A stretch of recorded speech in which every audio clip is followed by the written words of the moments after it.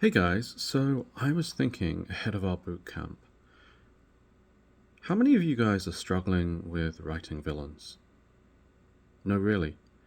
Because a great villain, I use the word loosely, I don't mean it in terms of good, a great villain will leave an impact in your readers. It will impact them, and they will serve as a foil to your characters. Now, I want to draw a distinction between a point of view character and a protagonist, because generally a protagonist, shall we say, is on the side of the angels. Generally there's some kind of morality about them. Point of view character could be anyone.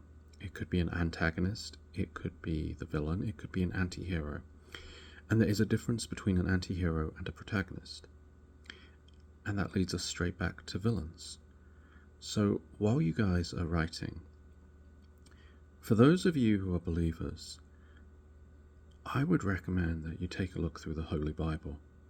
Take a look at the villains described, because if there are heroes of faith, then there are also villains.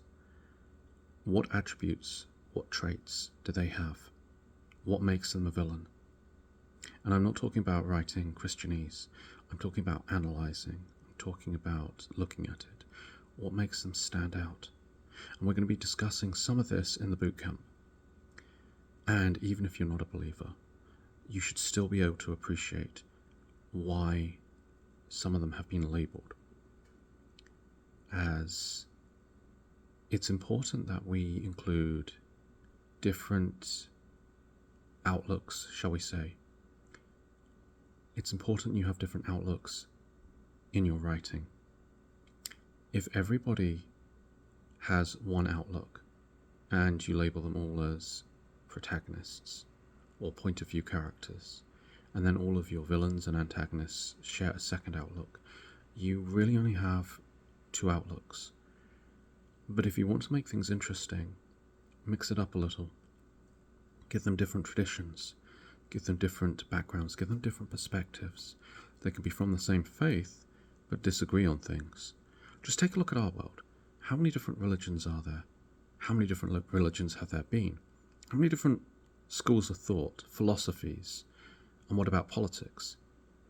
Because fundamentally, religion and politics are pretty much the same from a world-building perspective, insofar as everybody believes how you should be living and tells you how you should live and makes laws. So, if we take that approach to world building, how then are your characters shaped in their views, in their outlooks? What is a moral law? When is a moral law apolitical? When is it religious? When is it political?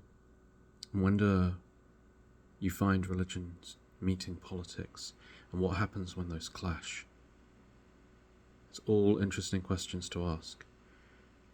And what happens when you have an empire that has multiple religions in it? Does it tolerate multiple different political parties, but tolerate multiple religions? What about if you have a theocracy that is a religious state? Do they tolerate multiple religions? Do they tolerate multiple different political schools of thought?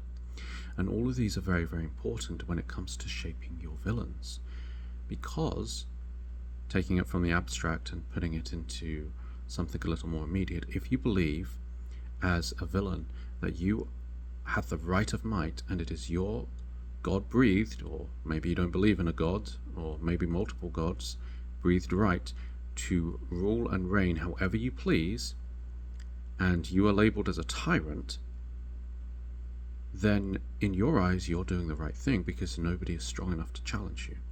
Now where might that play in? Well, what if your villain was a dragon? What if he was a warlord? What if he was raised, or she was raised, to believe that as a dragon he or she had to be the strongest, and because they are the strongest they can rule however they please until someone overthrows them? What about your hero? What does he believe? What does your heroine believe? Do they actually believe the same thing, but they're coming at it from different approaches. If your hero or heroine is stronger than the dragon, are they right? So these are all different things to consider, and we're going to be looking at a lot more of it as we go into the bootcamp. And we're 7 days away. So sign up, bring along a friend, bring along 2 friends, however many people it would bless. If you know anyone who appreciates world building, anyone who appreciates writing, anyone who could up-level their writing, invite them along. It's free. It's going to take you 1 hour of your day. It's a 3-day challenge, 3-day bootcamp. Come along. Come along. Let's get your novel started. If you're already writing a novel, let's add to it. If you've finished it and you're revising it, let's fine-tune it. Wherever you are along the process, it will help you. Come along, bring a friend. I'm looking forward to seeing you. Be blessed.